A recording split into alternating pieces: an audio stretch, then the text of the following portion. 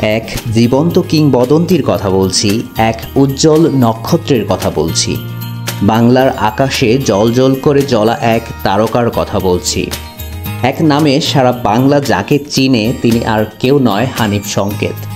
জন্ম 23 অক্টোবর 1958 সালে বরিশালের বসুরহাটের হাওলাদার বাড়িতে। হানিফ সংকেত একাধারে একজন টেলিভিশন উপস্থাপক, লেখক, প্রযোজক, কৌতুক অভিনেতা, কণ্ঠশিল্পী, গায়ক, নাট্যকার ও নির্মাতা। হানিফ সংকেত নামটাই একটা প্রতিষ্ঠান। এক জীবনে যা দেখিয়েছেন এবং করেছেন তা অতুলনীয়। তার মতো বহুমুখী প্রতিভাধর আর কেউ নেই।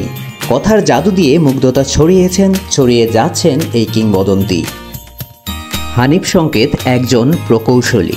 1978 সালে প্রচারিত ফজলে লোহানীর যদি কিছু মনে না করেন ম্যাগাজিন অনুষ্ঠানের মাধ্যমে খ্যাতি অর্জন করেন। ফজলে লোহানীর জীবদ্দশায় কর্তৃপক্ষ তাকে একক অনুষ্ঠান করতে অনুরোধ করলেও সায় দেননি হানিফ সংকেত। 1985 সালে ফজলে লোহানীর মৃত্যুর পর বন্ধ হয়ে যায় যদি কিছু মনে না করেন অনুষ্ঠানটি। এরপর হানিফ সংকেত ঝলক ও কথার কথা নামে দুটি অনুষ্ঠান করেন। পরবর্তীতে 1989 সালে হানিফ সংকেতের রচনা, উপস্থাপনা ও পরিচালনায় নির্মাণ হয় জনপ্রিয় ম্যাগাজিন অনুষ্ঠান ইত্যাদি, যেটি বাংলাদেশ টেলিভিশন বিটিভিতে প্রচারিত হতো এবং বর্তমানেও তা চলমান আছে। বাংলাদেশের ইতিহাসে এত লম্বা সময় ধরে প্রচারিত অনুষ্ঠান দ্বিতীয়টি আর নেই।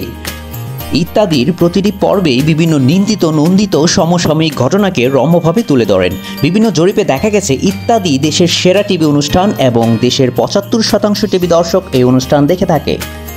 সামাজিক কার্যক্রমের জন্য 21শে ফেব্রুয়ারি 2010 সালে 21শে পদক, পরিবেশ শিক্ষা ও প্রচারের জন্য 2014 সালে জাতীয় পরিবেশ পদক, মেরিল প্রথম আলো পুরস্কার সহ দেশে বিদেশে বহু পুরস্কার অর্জন করেছেন। নাট্যকার হিসেবেও হানিফ সংকেত যথেষ্ট দর্শকপ্রিয়তা লাভ করেছেন। শুধুমাত্র বিশেষ দিনগুলোতে তার নাটক প্রচারিত হয়। উল্লেখযোগ্য নাটকসমূহ আয় ফিরে আয় তোর প্রাণের বারান্দায়, তুষামোদে খুশ আমোদে, ভূত অদ্ভুত, শূন্যস্থান পূর্ণ, কুসুম কুসুম ভালোবাসা। তার উল্লেখযোগ্য কিছু বই হলো এপিঠ ওপিঠ, ধন্যবাদ, গণ্যমান্য, সামান্য, রঙ্গবিরঙ্গ ইত্যাদি। হানিফ সংকেত চলচ্চিত্রেও অভিনয় করেছেন। তার উল্লেখযোগ্য চলচ্চিত্র আগমন, চাপাডাঙ্গার বউ, ঢাকা 86। শ্রদ্ধা ভরে স্মরণ করছি শ্রদ্ধেয় হানিফ সংকেত স্যার। ইতিহাস কখনো আপনাকে ভুলে যাবে না। আপনি ছিলেন, আপনি আছেন, আপনি থাকবেন প্রতিটি বাঙালির হৃদয়ে।